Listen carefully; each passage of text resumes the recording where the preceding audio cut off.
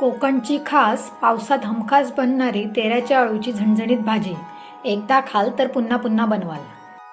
नमस्कार, आज आपण बनवणार आहोत कोकण स्पेशल तेऱ्याच्या अळूची भाजी. सर्वप्रथम तेऱ्याचे अळू स्वच्छ धुवून बारीक चिरून घ्या.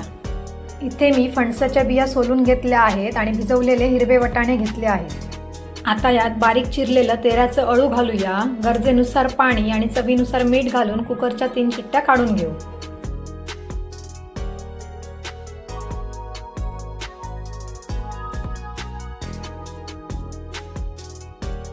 आता एका कढईत तेल गरम करा आणि त्यात 10 ते 12 लसूण पाकळ्या ठेचून घाला.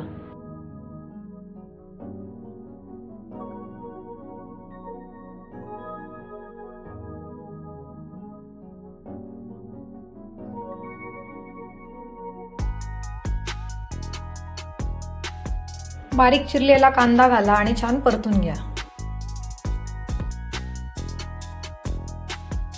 थोडंसं मीठ घाला म्हणजे कांदा लवकर शिजला जातो आणि झाकण ठेवून शिजवून घ्या.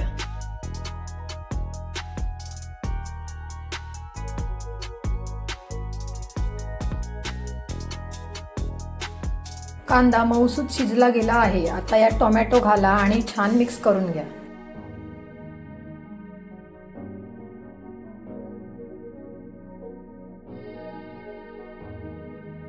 आता यात घरगुती गरम मसाला आणि कांदा लसूण मसाला घालून तेलात छान परतून घ्या. शिजवलेले तेऱ्याचे अळू घालून छान मिक्स करून घ्या.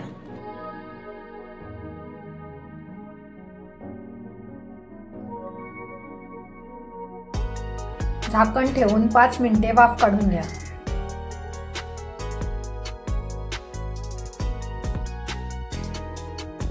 खोबऱ्याचे वाटण घाला आणि छान मिक्स करून घ्या. भाजीची चव दुप्पट वाढवणारं गुपित म्हणजे कांदा, आला लसूण आणि ओल्या खोबऱ्याचं छान भाजून केलेलं खोबऱ्याचं वाटण.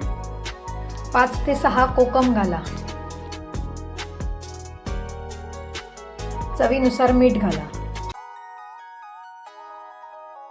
तुमच्याकडे या भाजीला काय म्हणतात ते कमेंटमध्ये नक्की सांगा. वाचायला खूप आवडेल. गरमागरम चविष्ट आणि पौष्टिक तेऱ्याच्या अळूची भाजी तयार आहे. ही रेसिपी आवडली असेल तर व्हिडिओला लाईक करा, तुमच्या मित्रमैत्रिणींसोबत शेअर करा आणि अशाच कोकणी रेसिपींसाठी आपल्या कुक विथ अक्षता या चॅनलला सबस्क्राईब करायला विसरू नका. थँक्यू.